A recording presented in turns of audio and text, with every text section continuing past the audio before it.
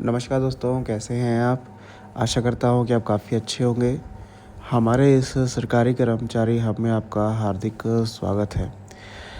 तो कल कल के दिन जो है केंद्रीय कर्मचारियों को वो चीज़ मिल गई जिसका इंतज़ार काफ़ी टाइम से केंद्रीय कर्मचारी कर रहे थे और साथ में 2 बड़ी घोषणाएँ केंद्रीय कर्मचारियों के हक़ में हुई हैं, ठीक है? और कह सकते हैं कि ऐसे अवसर बहुत कम ही आते हैं जहाँ पर केंद्रीय कर्मचारियों को इतनी बड़ी खुशखबरी मिलती है। साथ में पंकज चौधरी ने ये बता दिया है कि जो है आपके जो पे कमीशन का काम पूरा हो चुका है और इस दिन से जो है आपके चीज़ों को घोषित किया जाएगा। तो इसके बारे में बताऊँगा। वीडियो बहुत ही ज़्यादा ज़रूरी है, तो वीडियो को लास्ट तक ज़रूर आप देखिएगा। एक-एक करके आपको विद प्रूफ आपको स्क्रीन पे भी दिखाऊँगा और कोशिश कर रहा हूँ कि सभी ऑर्डर की कॉपी आपको डिस्क्रिप्शन बॉक्स में मिल जाए, वहाँ से आप उसे डाउनलोड कर सकते हैं। तो छोटी सी रिक्वेस्ट है कि चैनल पर नए हैं, चैनल को आप ज़रूर सब्सक्राइब कर लें, क्योंकि यहाँ पर केंद्रीय कर्मचारी से जुड़ी हर लेटेस्ट अपडेट आपको लाकर दी जाती है। तो चलिए इस वीडियो को हम स्टार्ट करते हैं। 3 महत्वपूर्ण इम्पोर्टेंट न्यूज़ हैं, ठीक है? पहले 2 जो न्यूज़ हैं, केंद्रीय कर्मचारियों के लिए ऑर्डर पास हुए हैं और यहाँ पर जो पंकज चौधरी जी का इंटरव्यू हुआ था तो उन्होंने 8वें वेतन आयोग के रिगार्डिंग बड़ी घोषणा की है और बता दिया है कि हमारा काम जो है पूरा हो चुका है और कब से जो है फाइनलाइज़ किया जाएगा, ठीक है? तो इसके बारे में देखिए। पहले न्यूज़ की तरफ बढ़ते हैं। पहली न्यूज़ जो है अपनी आप जो ज़रूरी है, जो नोटिफ़िकेशन आया है उसके रिगार्डिंग हम बात कर रहे हैं। इसमें जो है आपको एक मंजूरी दी गई है और इस मंजूरी में अपनी स्क्रीन पे आप देख पा रहे होंगे ये डीएनएस अलाउंस के रिगार्डिंग है, ठीक है? जो आर्म फोर्सेस हैं, मतलब जो ऑफिस रैंक के नीचे एम्प्लॉयज़ आते हैं उनको अक्टूबर महीने की सैलरी बढ़कर मिलेगी, क्योंकि उनके लिए भी जो है डीएनएस अलाउंस 3% बढ़ा दिया गया है, ठीक है? तो ये बड़ी खबर है और उनको एरियर भी मिलेगा। अभी तक तो जो है धीरे-धीरे सभी के लिए ऑर्डर आ रहे हैं, लेकिन इन कर्मचारियों के लिए ऑर्डर नहीं आए थे, जैसे अपनी स्क्रीन पे आप देख पा रहे होंगे।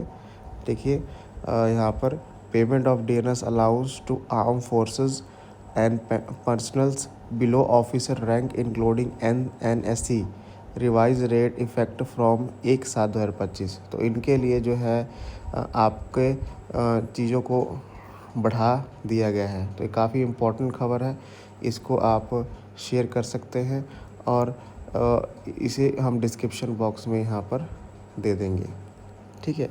चलिए आगे बढ़ते हैं अगली न्यूज़ की तरफ। अगली न्यूज़ जो है, कोर्ट ने एक बहुत बड़ा निर्णय जो केंद्रीय कर्मचारियों के लिए सुनाया है और इस फैसले के बाद, इस जीत के बाद जो है केंद्रीय कर्मचारी काफ़ी ज़्यादा खुश हैं, क्योंकि कोर्ट ने साफ-साफ यहाँ पर कह दिया था और इम्प्लीमेंट कर दिया। स्क्रीन पे आप देख पा रहे होंगे, एक केस चल रहा था जिसमें एक कर्मचारी की जो है पेंशन को रोका गया था किसी कारणवश और उसको 2006 के बाद जो केस चला था वो जो है 2013 में जाके इम्प्लीमेंट हुआ और सारा कुछ दिया गया, ठीक है?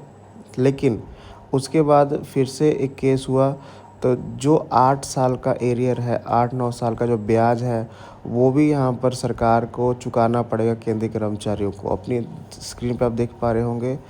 तो फैसला जो हुआ है ये बताता है कि अगर आपकी पेंशन वगैरह में लेट होता है, अगर सरकार करती है, तो आपको उसका पूरा ब्याज जो है आपके खाते में दिया जाएगा, ठीक है? इस आदेश के बाद ये देखने को मिला है कि कोर्ट और सरकार पेंशनर कर्मियों के लिए काफ़ी तत्पर है और आगे चलकर जो है उसका फ़ायदा करेगी, ठीक है? तो ये फैसला ये बताता है कि उस कर्मचारी को जो पेंशन तो मिलेगी जो रोकी गई थी, उसके साथ जो पेंशन जितनी देर लेट हुई है उसका सारा ब्याज जो है वो यहाँ पर दिया जाएगा।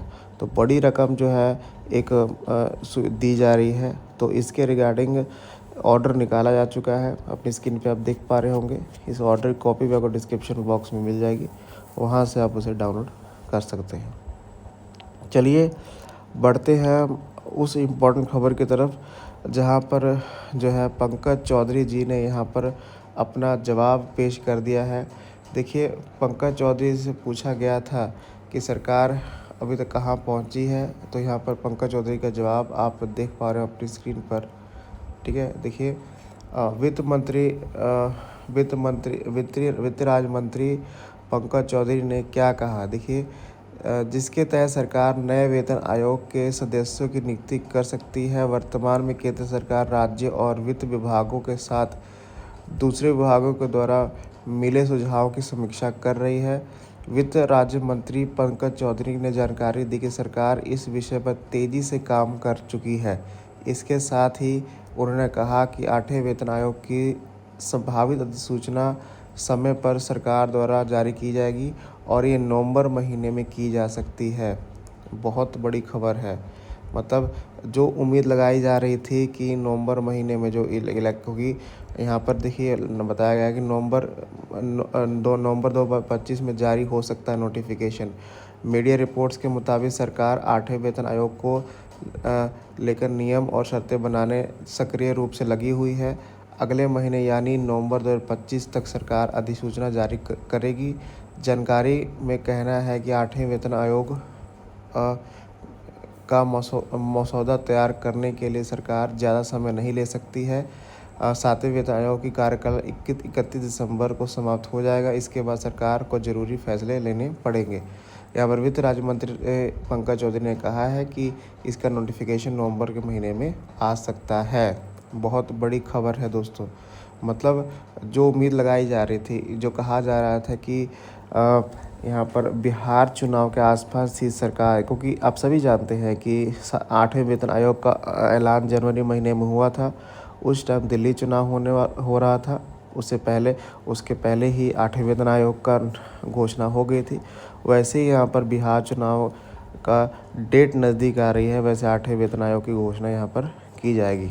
तो ये ऑफिशियल है। पंकज चौधरी ने अपने इंटरव्यू में कहा है कि हमारा काम तेज़ी से पूरा हो रहा है और उसके बाद जो है राज्य सरकारों से यहाँ पर बात विमर्श किया जा रहा है, क्योंकि आप सभी जानते हैं कि जब 8वां वेतन आयोग पूरी तरह चीज़ें बन जाती हैं तो राज्य सरकारों से ही बात विमर्श किया जाता है। ठीक है, तो वो पूरा होने के बाद नवंबर के महीने में यहाँ पर आपका जो टर्म ऑफ रेफरेंस है और जो भी घोषणा है वो की जाएगी। तो बड़ी खबर है, 3 इम्पॉर्टेंट न्यूज़ आपके लिए। तो इन सभी की कॉपी आपको कोशिश करूँगा डिस्क्रिप्शन बॉक्स में देने की, वहाँ से आप डाउनलोड कर सकते हैं। ठीक है, और इस वीडियो को तमाम केंद्रीय कर्मचारी तक शेयर जरूर करिए। धन्यवाद।